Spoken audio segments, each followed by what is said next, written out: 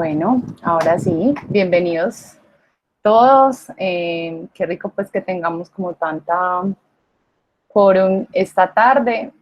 Hoy tenemos una invitada especial a esta charla de diálogos de arquitectura y urbanismo del programa de arquitectura de la Facultad de Arquitectura e Ingeniería del Colegio Mayor de Antioquia.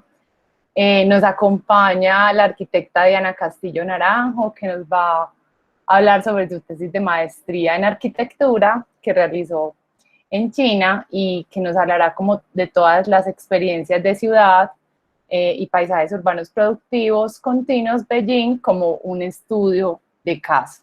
Entonces, bueno, le damos paso a Diana y bueno, muy bienvenida y muchísimas gracias por acompañarnos hoy a las charlas de arquitectura y urbanismo. Bueno, Cristina, muchas gracias por la presentación, agradecida con la facultad, con el semillero, por la invitación y entonces por poderles compartir pues como esta experiencia y espero que sea de su agrado y de su interés. Bueno, listo, entonces comenzando, experiencias de ciudad, paisajes urbanos productivos continuos, Beijing como caso de estudio. A ver, antes de estudiar arquitectura, soy arquitecta, pues yo pensaba que solo era una cuestión de dibujar bonito y de crear volúmenes bellos. Y obviamente que si yo apilaba esos volúmenes, pues iban a resultar las ciudades, mágicamente. Pero pues luego de 6 años de profunda exploración, gracias a la academia en la Universidad Nacional de Colombia, sede Medellín, donde estudié, reconocí la ciudad donde crecí, Medellín, y pues la desgrané, la entendí, supe que la ciudad pues era más que muros apilados y asfalto. Qué pena, por ahí soy yo, ese sonido soy yo. No, Diana, bien. ¿O me están escuchando bien? Porque yo escucho como un pop, pop, pop, pop. De pronto silenciamos todos los micrófonos para ver si se minimiza. Ay, qué pena. Bueno, muchas gracias. Bueno, ya continuando les cuento, pues yo después de graduarme me radico en Bogotá. Allí pues sigo explorando y de la misma manera en como conocí a Medallo, pues conocí la ciudad de Bogotá. Y pasaron unos 5 años más y yo quería seguir pues como explorando, como estudiando, profundizando. Y pues yo había leído y estudiado sobre los procesos en Europa, en Estados Unidos, su arquitectura, o sea, básicamente pues mi formación como arquitecta estaba basada pues en todas esas teorías, entonces pues yo quería como algo nuevo y terminé en China. Particularmente me radiqué en Beijing, donde pues realicé mis estudios de maestría en arquitectura. Por aquí, para que pueda continuar, listo. Entonces empiezo a reconocer la ciudad, la analizo pues bajo una mirada personal y paralelamente una mirada académica, pues gracias a la maestría. Entonces, pues estoy en medio de este monstruo de ciudad y pues de igual forma empiezo a desgranarla, como ya había desgranado pues estas otras 2 maravillosas ciudades y pues sintiéndome en un escenario súper diferente que no me recordaba para nada mi país. Aunque eso pues lo pondría en duda después.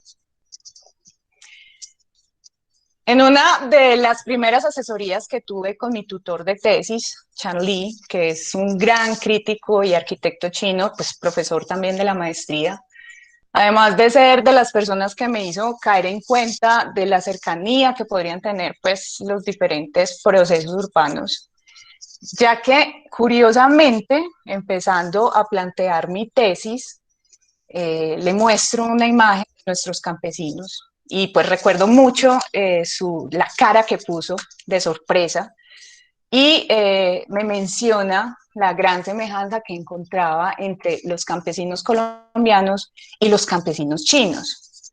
Entonces desde ahí yo desperté un sentimiento de familiaridad entre ambos escenarios. Pues el escenario que ya conocía, el escenario de mi ciudad o de las ciudades colombianas, y ese nuevo escenario que estaba empezando a conocer.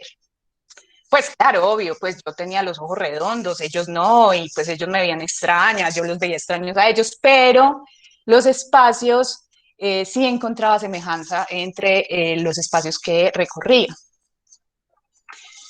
Pues por otro lado, este fenómeno de crecimiento demográfico es algo que nos concierne como nunca antes en la historia. Y en China, este fenómeno es más que evidente y pues es súper observable en la expansión desmedida que tiene en sus ciudades. Entonces, si uno tiene la oportunidad de visualizar esto a través del tiempo, podemos ser conscientes del avance del territorio, ¿cierto? De toda esta urbanización, como se puede evidenciar en Beijing, por ejemplo, que fue creciendo desde el centro en forma radial, y asimismo Bogotá, que empezó a expandirse según la geografía lo permitía, o Medellín, que siguió colonizando montañas. Y así alrededor del mundo el fenómeno se ve replicado y hace de las suyas sin control aparente. De esta manera, entonces, pues empieza a ver uno los encabezados que dicen, por ejemplo, acá que la población en China se eleva en 2017 y pues que ya estamos en 2021 y no parece parar. Esto no pasa solo en China, pasa en todo el planeta desde hace ya varias décadas y se ve reflejado en ese nuevo paisaje que resulta de la expansión urbana. Entonces, hay una concentración en las ciudades y una disminución de la población rural. Estas migraciones rurales pueden darse por términos de violencia, por la llegada de grandes industrias que van minimizando la acción del campesino, pues, o del agricultor, e inclusive su territorio también. O simplemente es un desplazamiento por la búsqueda de unas mejores condiciones de vida, unas mejores oportunidades económicas, que aparentemente ofrece la ciudad y que el campo llano. Entonces esto está pasando, lo tenemos acá mismo, y es la transformación del paisaje en todo su esplendor. Entonces traigo a colación en una imagen icónica que nos lleva a esa añoranza del desarrollo. Un desarrollo que ha traído escasez de agua, menos campos de cultivo, la inestabilidad del clima, y entonces estamos sufriendo, pues la humanidad entera, estamos sufriendo en un ecosistema que cada vez es más inestable, y gran parte de esa inestabilidad está relacionada con las ciudades, por ese urbanismo, por el consumo, por la emisión de gases, etcétera, etcétera. Entonces, claro, en todo esto descubro para ese entonces, desarrollando la tesis, estrategias de orden que le dan cara al fenómeno, o al menos pretenden hacerlo, y que empiezan a replicarse pues alrededor del mundo. Entonces, pues vemos, por ejemplo, Múnich o Vitoria en España, inclusive en Medellín. Y el nombre que recibe es de anillo o de cinturón verde, y es evidente en cada planteamiento urbano. O sea, es esa franja que pretende contener el avance de la mancha de concreto hacia esas zonas rurales o forestales. Beijing, por ejemplo, pues viene en esa discusión desde 1958 y plantea dos frentes de acción. Entonces, pues para poder contener toda esta locura urbanística. Entonces, habla de un primer cinturón verde que lo podemos aquí ver, que es este verde oscuro, este primer cinturón verde, que es entre lo urbano y los suburbios, que es controlar ese crecimiento urbano a los suburbios. Y aparece un segundo cinturón verde, pues que ya sería toda esta franja externa, que ya habla sobre esa contención de la ciudad a lo rural. Entonces, pues ya concentrándonos en Beijing, podemos ver que hay un desarrollo urbanístico que se extiende por medio de anillos. Empezando por el segundo, donde se localiza la ciudad imperial, donde es el límite de la ciudad imperial, continuando hasta el quinto anillo, donde se localiza el área de influencia de ese primer cinturón verde. Este cinturón verde, que como recordamos, les comenté, esto empezó pues desde el 59 con el planteamiento y bla, bla, bla, pierde rigurosidad en los 80. Porque pues viene la apertura económica, el desarrollo de bienes raíces, que obviamente hace que haya una expansión de terreno, pues obviamente para este fin, todo la generación de bienes raíces. Pero lo retoman en el 93 para el desarrollo urbanístico de las Olimpiadas del 98, de las famosísimas Olimpiadas del 98. Entonces, y entre el quinto y el sexto anillo, aparecería ese segundo cinturón verde. Entonces, es allí, aquí entre el 5 y el 6, que me enfoco, que mi interés enfoca, el interés de mi estudio se enfoca sobre uno de los corredores urbanizables más importantes en el noreste de Beijing, particularmente en una villa llamada Shaoxingdi. Esta es una de las cientos pues de villas alrededor de la ciudad, donde curiosamente, miren pues lo que significa el nombre. Chao significa césped o grama y Di significa lugar o campo. O sea, tenemos el lugar del césped, el lugar del campo. O sea, uno ahí mismo piensa, claro, obviamente eso es verde, eso es una cosa increíblemente verde. Pues no. Y también quiero pues que hagamos aquí en este momento como una idea de escala de lo que les estoy hablando, ¿cierto? Entonces, en un rango de 20 kilómetros por 20 kilómetros, que es más o menos lo que abarca nuestra área metropolitana en Medellín, y versus ese mismo rango de 20 kilómetros por 20 kilómetros que alcanza a coger ese quinto anillo en Beijing. Entonces, si ustedes pueden ver este cuadrito rojito que ven acá versus este cuadrito rojito que ven acá, ya estaríamos hablando entonces de un rango de kilómetro por kilómetro, que es lo que Shaoxingdi abarca, más o menos. Y versus Medellín, por ejemplo, para que lo tengamos en escala, estaríamos hablando casi de 5 barrios. Para nosotros, los de Colmayor, que estamos cerquita a estos barrios, esto sería, por ejemplo, Córdoba, López de Mesa, Altamira. Entonces, para que nos hagamos una idea del tamaño de ese lugar verde que supuestamente es Shaoxingdi, y pues como podrán ver, pues de verde poquito. Entonces, bueno, listo. También acordémonos que esto está ubicado en ese segundo cinturón verde. Entonces, pues en teoría, este lugar debería tener unas bases ecológicas fuertes a proteger o a mejorar. O, pues básicamente, en esta villa, pues implementar, porque no existe.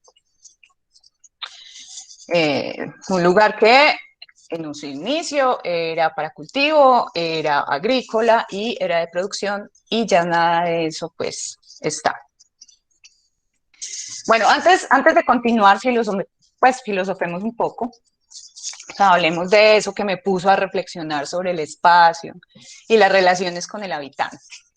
Entonces llega este señor, Michael Foucault, y dice, el conocimiento también es el espacio en el que el sujeto puede tomar una posición y hablar de los objetos con los que trata en el discurso. Pues en otras palabras, hay un constante intercambio de información entre el entorno y las personas que pertenecen a ese entorno y viceversa. Es decir, esta dinámica es recíproca. O, como lo describía el buen Schultz en su Genius Loci, el entorno es todo unificado, construido por interacciones entre personas, lugares, símbolos y estructuras que a través de la fenomenología del espacio podría ser percibido como significativo. O sea, de esta manera el espacio público se convierte en uno de los escenarios principales para agrupar significados y generar esa identidad del lugar. Y el buen Kant, por otro lado, mencionaba la calle es un espacio por acuerdo. Aquí pues nos ilustraba la extensión de lo privado a lo público y la construcción de la vida en comunidad.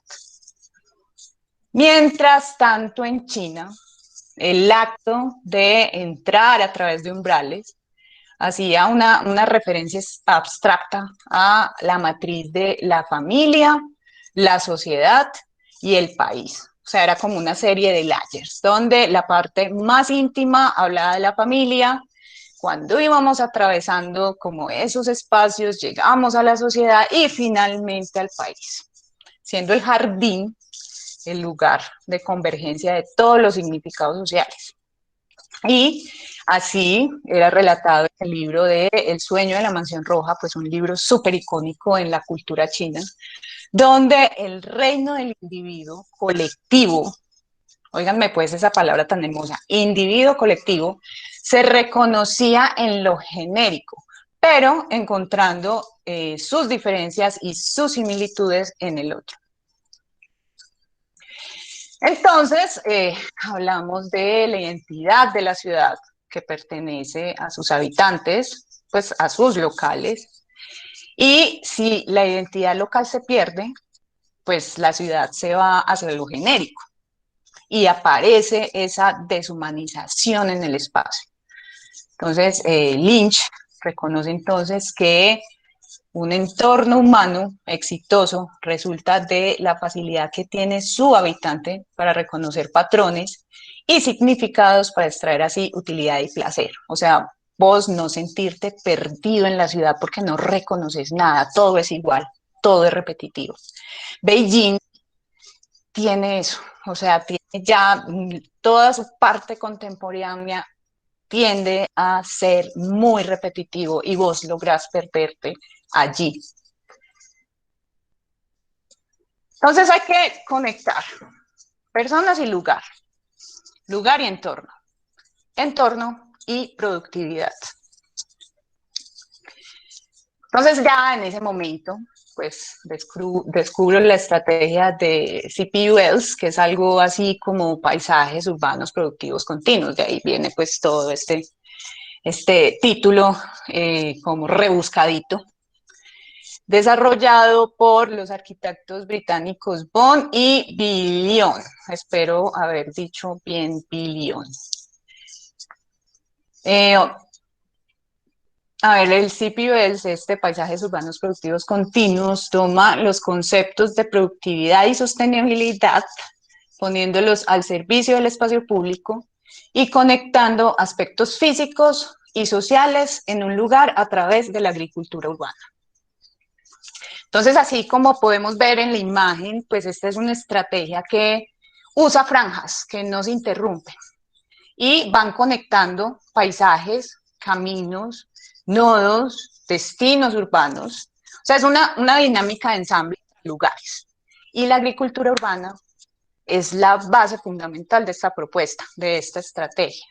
Entonces, ya hablamos de la importancia de la conexión del habitante y su entorno, la generación de identidad por medio de esta conexión, el espacio público como generador de lazos sociales, la deshumanización del espacio si no consideramos estos conceptos que acabamos de nombrar, y finalmente la agricultura urbana, que por medio de la estrategia de estos paisajes productivos continuos va a ser el detonante en el espacio público.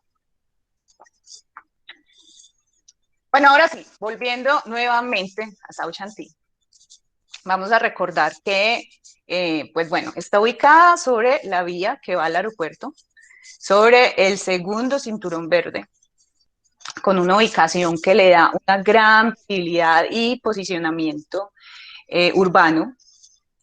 También que en la revolución cultural se convierte en una villa principalmente agrícola, y con Deng Xiaoping, que fue el líder entre el 70 y el 97, y pues con su apertura económica la industria se posiciona y reemplaza los campos.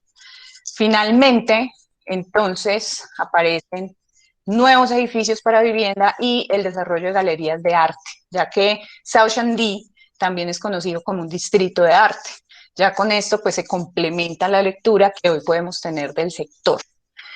Para los que de pronto les suene el artista chino Ai Weiwei, él tiene su casa allí, y gracias a esto pues la zona también responde fuertemente a la dinámica artística. Pasando ya a analizar el uso del suelo, vemos que se conforma por 40% residencial, a ver, que es toda esta zona azul oscura, un pedacillo aquí, 45 galerías de arte, 45%, que es esta azul clarito, que eso es casi que un 50-50, es un montón, un 5% de educación, que son estos moraditos claritos que podemos ver aquí, y estamos hablando pues escuelas del barrio, y un 10% de espacio público. Acordémonos que estábamos comparándolo con 5 barrios en Medallo, en Medellín, y solamente un 10%, que son estas manchitas naranjadas que vemos acá chiquititas. Un 10%, eso no es nada para el tamaño que tiene ese lugar. Entonces, ya la estrategia se va a concentrar, acuérdense que la estrategia son como estas franjas que aparecen conectando cosas que no paran, ¿cierto? Entonces se va a concentrar en la zona residencial, o sea, vamos a estar concentrados aquí arriba. Y pues se va a basar en el entramado de accesos, de corredores, de centros y nodos comunales, para que entonces esos flujos, esas conexiones y esos lugares de reunión se conviertan en la estructura del proyecto. Pues la propuesta también analiza cómo estos espacios están conformando la estructura urbana del sector, cuáles son esas dinámicas sociales alrededor de estos espacios, y el nivel de confort en términos ambientales y espaciales que ofrecen estos espacios. Entonces, entendemos que Shaoxingdi es un territorio acostumbrado a manipular su paisaje y lo transforma todo el tiempo. Da la impresión que siempre está en construcción, o sea, hay elementos de construcción todo el tiempo por todas partes. Esto hace ya parte del paisaje. Entonces, la estructura de andamios es como el rey en ese escenario. Y también es como un símbolo de progreso, como de cambio. Esto me lleva a mí a pensar que este elemento, es decir, los andamios, puede ser la mejor forma para materializar esta estrategia de paisajes productivos. Pues ya que es una estructura que hace parte del diario vivir ahí en el barrio, en el habitante, y que podría colonizar la villa sin resultar invasivo, pues porque es que ya existe, y al mismo tiempo resignificaría ese paisaje construido. Además, esta estructura maravillosa me resulta muy conveniente para el desarrollo por etapas en la que plantea el proyecto, porque posibilita pues la generación de módulos que pueden ser sustraídos si fuera necesario, o inclusive adicionar más de ellos para expandir el sistema. O sea, en general, el diseño se supone que es un sistema flexible.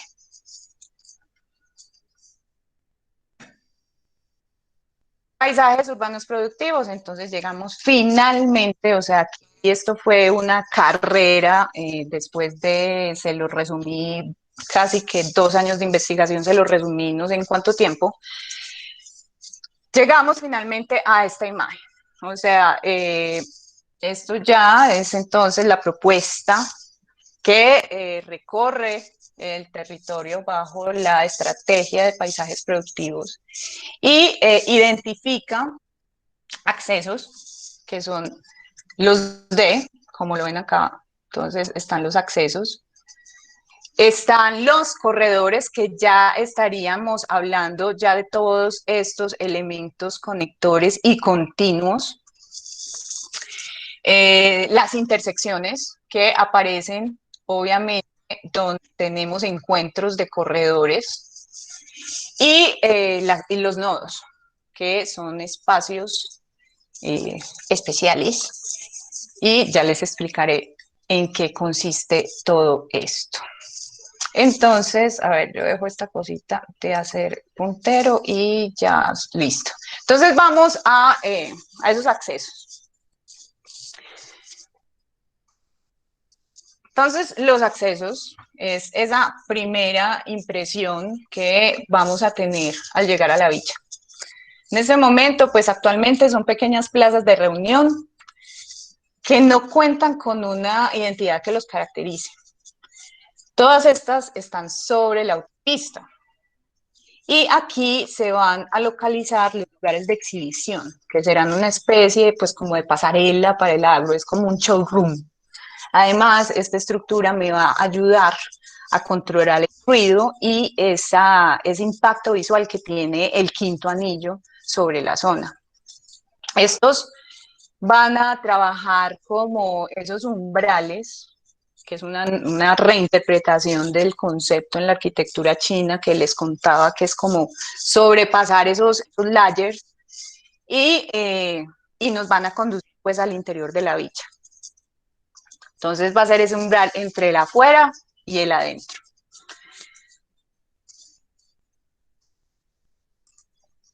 Entonces ya tenemos acá el acceso, vamos a continuar adentrándonos y vamos a visitar entonces los corredores. O sea, estos van a ser lugares de tránsito, estos son lugares de tránsito y acumulación de desperdicios. Son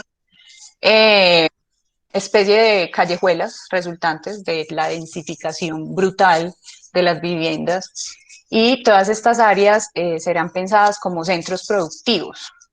Lugares para semilleros, para plántulas, para hidropónicos. Entonces aquí la estructura de andamios se adapta a la fachada y responde a las condiciones naturales de iluminación y ventilación. Entonces acá pues se podrá abrir la posibilidad de rentar las zonas en terraza, donde se dispondrían contenedores de cultivo. Y la misma estructura entonces podría ubicarse a los costados de las edificaciones para facilitar el acceso al público, evitando pues el ingreso por la vivienda o por la parte privada. Entonces, cuando aquí yo menciono que estas estructuras pues se adaptan a las condiciones naturales, es porque pues estamos en Beijing, es un lugar que tiene estaciones, hay un invierno, hay un verano, o sea, son muy fuertes, pero entonces esas estructuras empiezan a responder según lo que requiera, según la luz, según la ventilación, para que pues no tengamos como inconvenientes por esa parte ambiental. Además, generando ya un confort hacia esas fachadas que básicamente en verano las ataca impresionante porque pues no tienen como esa doble piel que las proteja. Entonces empieza a funcionar y empieza a generar un confort aparte de estar dando la posibilidad pues, de pertenecer a este cuento de la agricultura urbana. Como les comentaba, como son módulos que se pueden sustraer y adicionar, no necesariamente pues tienen que estar apareciendo estos módulos en todo lo largo de la fachada. Si hay alguien que no quiso, pues no quiso. Y si hay alguien que se antojó, pues venga, yo le hago su pedacito. Y así, así, así. A ver, ¿qué me toca poner esto?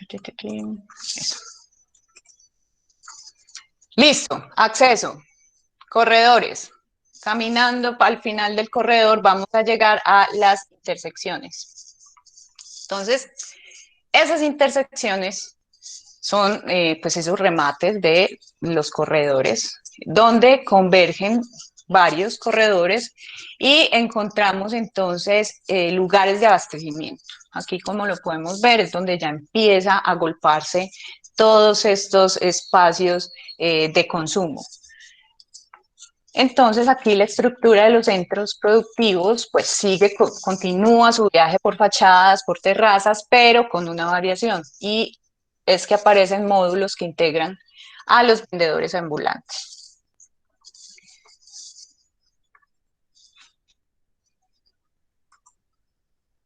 Acceso, corredor, intersección, y también pues es necesario el lugar de compostaje.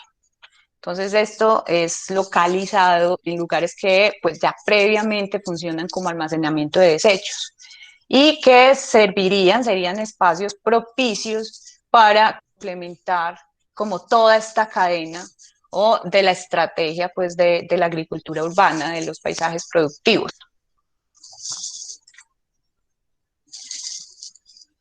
Por último, pero no menos importante, entonces llegamos ya a esos nodos. Entonces, estas zonas híbridas o nodos son ubicados, son espacios abiertos que actualmente tienen una mayor superficie aprovechable.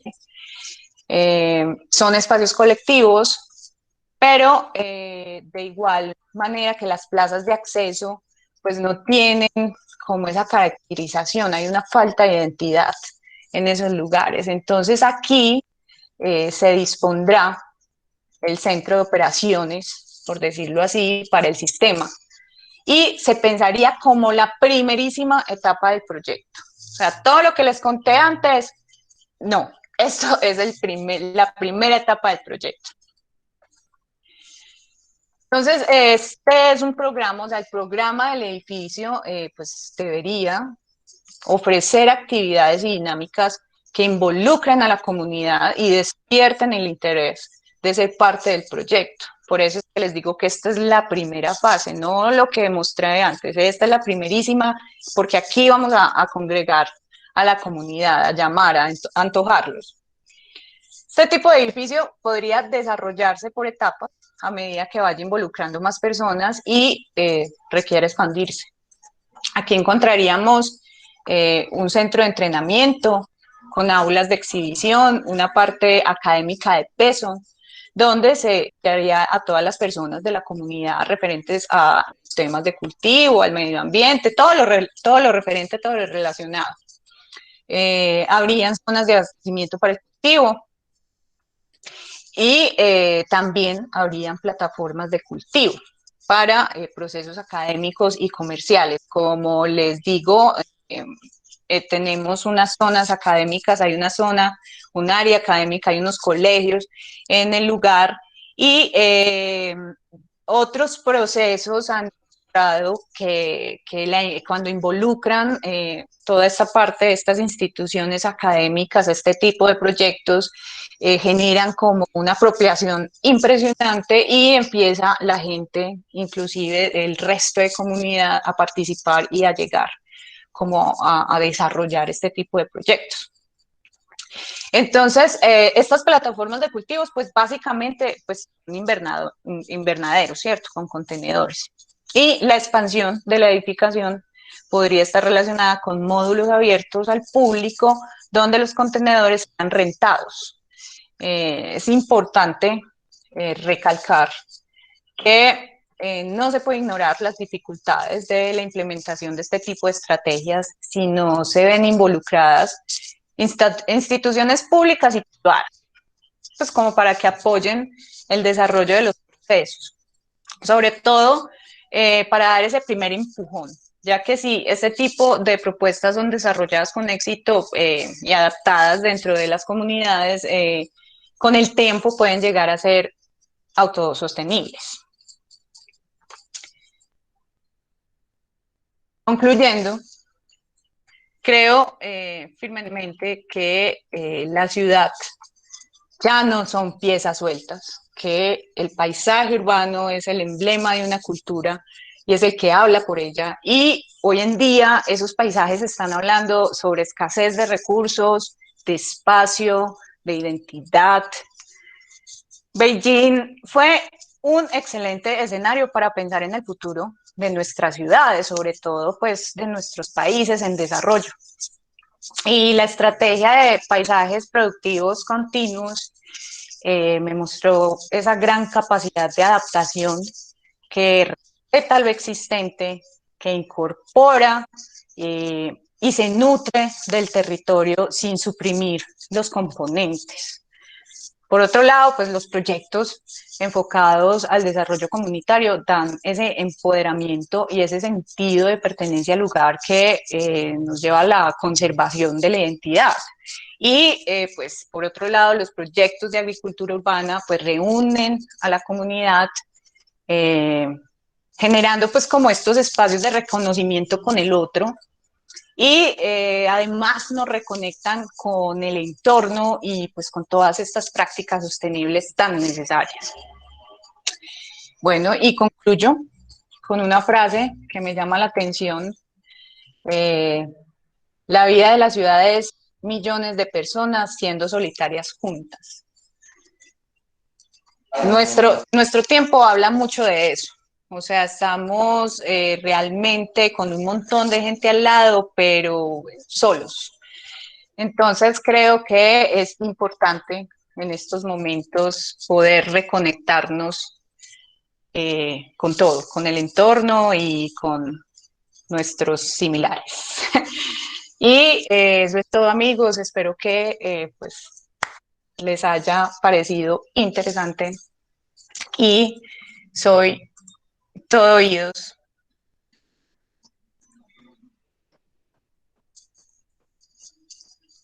Diana, mil gracias por compartirnos como toda esa experiencia de ciudad que tuviste en Beijing.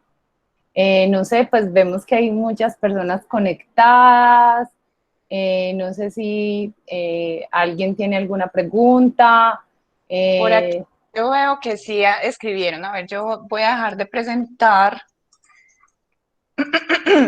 y voy a mirar porque acá veo que hay, a ver, me dicen, después de la experiencia de estudiar los paisajes productivos en Beijing, se podría entender esta estrategia urbana como un ejercicio que detona nuevas formas de agrupación y crecimiento aplicables en ciudades latinoamericanas. Claro que sí, inclusive yo en el inicio para mi tesis yo quería hacer un paralelo, o sea, entre Beijing y Medellín. Ay, tan lindo que suena, Beijing y Medellín. Pues por cuestiones ya como de concretar, como de tiempo, me dijeron, no, Beijing. Ya ustedes pues cuando vuelva haga lo que quiera, entonces listo.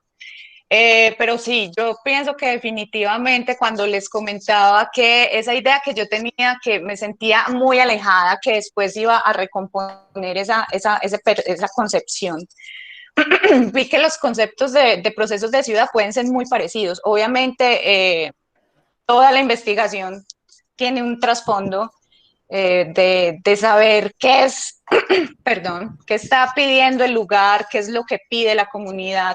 Todos se pueden abarcar de la misma manera, pero tenemos procesos muy parecidos, por ejemplo, en nuestras laderas, que tenemos escasez de espacio, tenemos todos estos migrantes también que vienen muchos del campo y están buscando como poder esa cohesión social que inclusive podría, y que lo están haciendo. O sea, el Jardín Botánico, por ejemplo, tiene algo muy bonito que se llama Laboratorio de Agricultura Urbana, está lo de Red de Huerteros, que también pues coge como todas estas zonas y hace actividades dinámicas alrededor de agricultura urbana. Entonces yo creería que claro que es aplicable en ciudades latinoamericanas, claro que eso es casi que yo podría pensar que no hay una diferenciación entre uno y el otro. O sea, ya las culturas, obviamente unas piden una cosa y otras piden otra, pero, pero en realidad yo después de esa experiencia siento que no hay mucha diferencia entre nosotros y ellos. Y he tenido muchas discusiones con amigos respecto a eso, pero pienso que es posible. ¿Esta estrategia de agricultura urbana se desarrolló de manera individual o se pensó como una red de comunidad alimentaria, buscando reactivar espacios definidos del lugar de estudio con características particulares que requerían algún tipo de cambios en lo urbano o lo social? No, eso es lo bonito que tiene esta estrategia de CP Wells, que pues del continuo, de estas, de los paisajes urbanos productivos continuos, y es que no suprime lo que existe, sino que antes se nutre de eso. Entonces, no hay cambios acá. Inclusive se genera es un mejoramiento espacial y sobre todo como una inclusión social. Entonces, no hay cambios de tipo urbano sociales, ni físicos ni sociales con esta estrategia, pues. ¿Qué métodos gráficos de análisis consideras que son importantes para desarrollar una investigación en arquitectura? ¿Cuáles usaste más? Desarrollar métodos gráficos de análisis. Métodos gráficos de análisis. Pues a ver si entendí. Los esquemas que yo considero que son como más útiles siempre. Es que no sé si estamos hablando de métodos gráficos, es manejo de software o si es simplemente las herramientas gráficas manuales como sketches o cosas así que hacemos, pues que manejamos. Porque, pues, si vamos a hablar de software, pues, por ejemplo, hay muchos software de eso, pues, que hacen análisis medioambientales para considerar si las cosas que estamos proponiendo pues están funcionando medioambientalmente hablando, pues que incluyendo los datos, metiéndole datos, data de obviamente de lo que uno recopila en sus investigaciones, pues el software te va ayudando como a desarrollar y a perfeccionar como esas aproximaciones. Por otro lado, yo he sido un poco más como manualcita y simplemente es como analizar en el lugar. Porque, por ejemplo, yo esta investigación la hice como en 1 año y medio, casi 2 años, entonces tuve la oportunidad de estar verano allá, invierno allá, entonces ver cómo eran esos diferentes cambios y analizar cómo se movía el sol, cómo era el viento y obviamente pues lo confrontaba con pues ya cosas técnicas, pero pues fue todo como muy experimental también, como muy de estar ahí en el lugar viendo cómo funcionaba todo. Yo no sé si respondí esa pregunta, la verdad.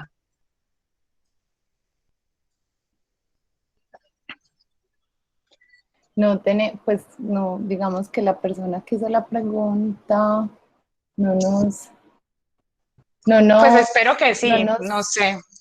Yo también pensaría quizás que también se podría referir como un tema también estadístico, y ahorita lo decías como sobre la data. O sea, como uno puede como estudiar la ciudad desde dos perspectivas, pues desde varias perspectivas, pero creo que el análisis gráfico muchas veces también uno lo puede hacer desde un tema más del análisis de demografías, de movimientos, de desplazamientos, de dinámicas migratorias. Entonces, como mirar, creo que también podría ir como por esa línea de duda, como cómo yo llevar toda esa data y esa información que me dan como los estudios demográficos de los diferentes países y lo llevo como mapa, y cómo ese mapa me empieza a dar como lecturas de movimientos, porque algunas migraciones pueden ser donde pues que se consolide en un territorio o simplemente por una dinámica que se da pues como en el momento, algo que detona esa migración. Creería pues que es como... Excelente respuesta, Cristina, me has dejado. Bueno, no, es que ahí pues como, porque yo estoy terminando como la tesis y ahorita que tú hablabas como de ese tema de la agricultura urbana y entender como el cinturón verde, sino pues que es tu charla. Yo ahí tenía una pregunta y es como pensar, bueno, es que en esta ciudad que estudiamos estamos llegando a 5 cinturones verdes y nosotros en Medellín tenemos un cinturón verde. Entonces ahí empezamos a pensar, entonces será que nuestro paisaje urbano, entendiendo nuestra forma urbana y nuestra morfología en Medellín, cómo sería ese comportamiento de pensar el paisaje, de ese paisaje de la agricultura urbana, o lo que tú nos planteabas, pues claro que vista desde tu estudio de caso, pues. No sé tú cómo lo ves o cómo pensarías que se podría proyectar Medellín. Mira que hay una cosa bonita, pues que era lo que mencionaba de, por ejemplo, la red de huerteros o lo que está haciendo el Jardín Botánico.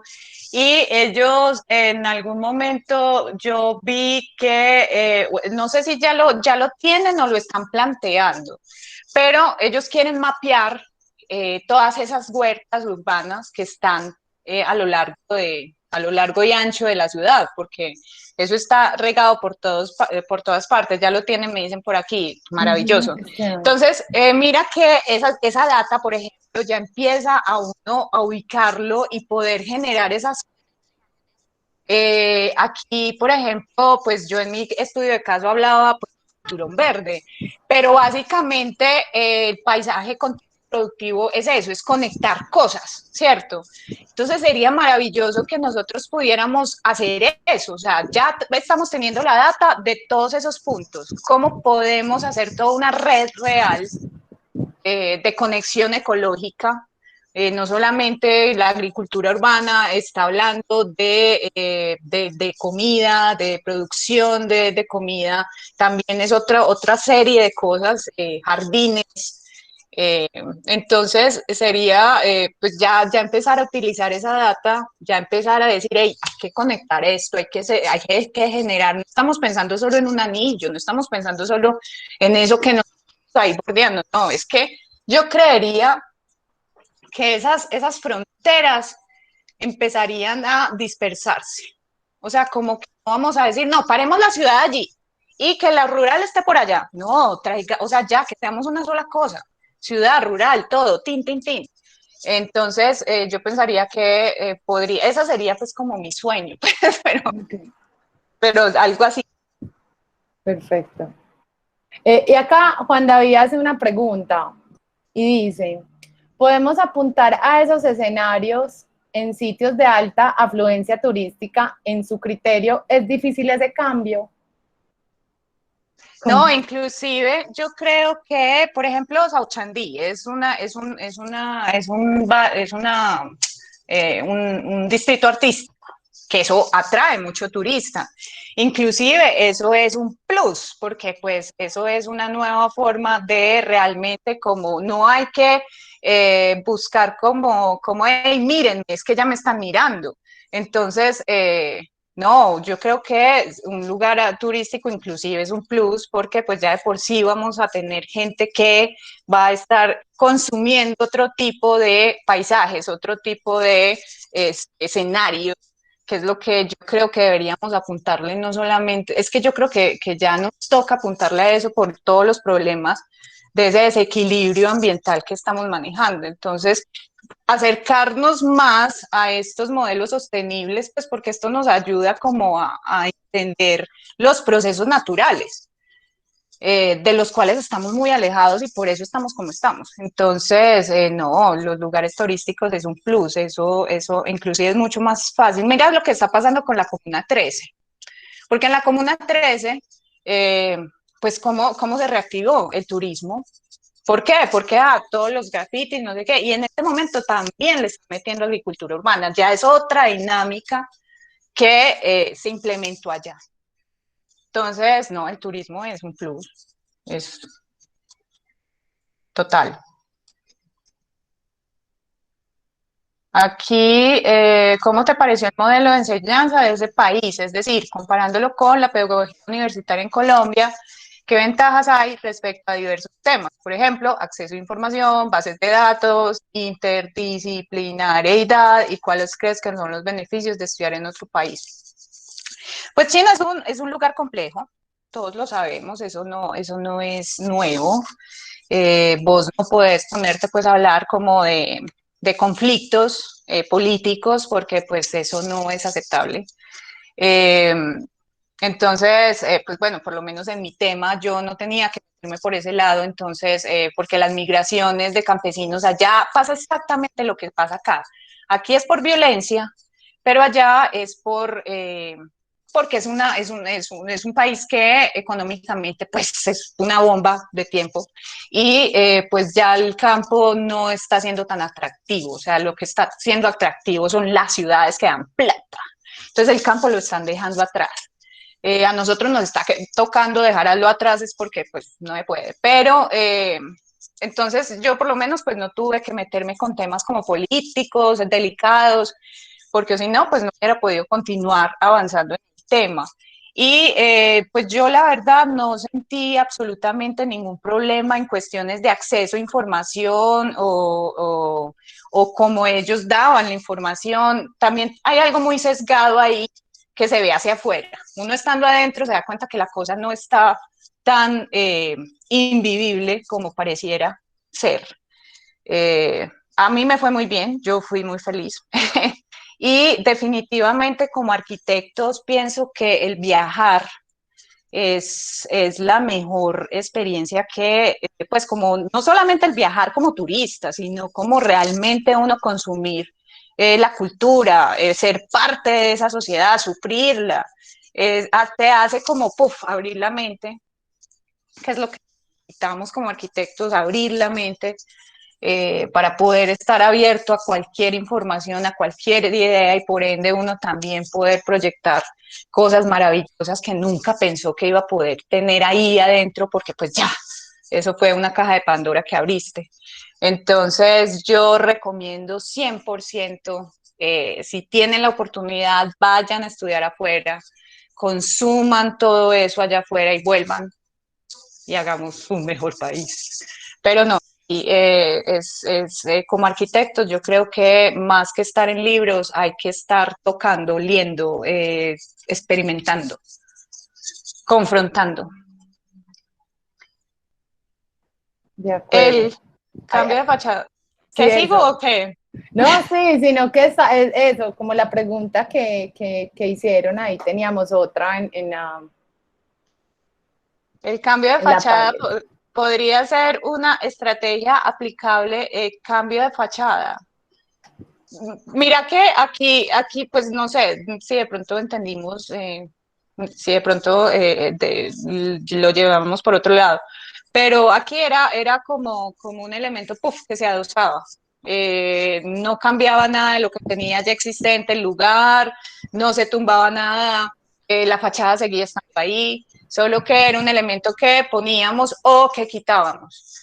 Entonces, creo que es muy conveniente como cuando vos en tu balconcito, pues pones tu materita y pues sembras ahí cualquier perejil o yo qué sé. Entonces, la idea de tener una propuesta como esta, yo no sé si aquí pues podríamos decir, no, sí, aquí también vamos a utilizar entonces andamios y no sé qué, porque pues no sé si aquí sí sea esa la estrategia. Habría que, por eso digo que uno tiene que ir al lugar y empezar a ver cuáles son esas dinámicas, cuáles son esas estrategias que puede empezar a utilizar. Como les digo, en Sauchandí, en China, esa estrategia a mí me pareció que era la que era, porque eso era. Interesante es venir ya local y empezar a analizar cómo afrontar eso, ¿cierto? Entonces no necesariamente son los andamios eran allá y es una estructura maravillosa que es muy estándar y bueno, y se puede hacer mucha cosa con ella. No sé si acá también lo podríamos utilizar, puede ser otra cosa, pero aplicable, yo pienso que cualquier, como en concepto general, todo sería aplicable para acá, porque esa era mi idea inicial, básicamente. Yo quería hacer ese paralelo, eh, que no se pudo hacer, pero yo pensaría que sí, que se podría. Ya. Perfecto, Diana. Pues yo veo que ya no hay como más preguntas. Y bueno, no, yo como que antemano agradecerte pues como el equipo y todos por acompañarnos en esta inauguración de estas charlas y esperar pues como que nos vuelvas a acompañar y que estés como presente en otros eventos. No, pues claro, un honor. Muchas gracias a todos por estar, por participar, por preguntar. De verdad que muchas gracias. Diana, un gusto haberte tenido. Nuevamente, gracias por aceptar esta invitación. Creo que tu investigación nos deja un montón de cosas que pensar y sobre todo de aprendizajes. Y lo que decías de los viajes me removió un montón de cosas cuando lo hablas, como es importante salir, conocer, pero más allá como del turismo que va rápido, toma foto y corre, sino como tratar de experimentar esa cultura, de estar un tiempo como en el lugar y con las personas, ir conociendo al señor de la tienda, y todo eso como que deja un montón de cosas en la cabeza que después sirven para ese hacer y para volver acá y volver a investigar. Entonces, mil gracias por compartirnos tu experiencia además, y un gusto. Esperamos que sigas participando también en nuestros encuentros. Muchas gracias, claro que sí. Por favor, invítenme. Chao, Diana, mil gracias. Gracias. Muchas gracias, A todos, chao. muchas gracias por acompañarnos.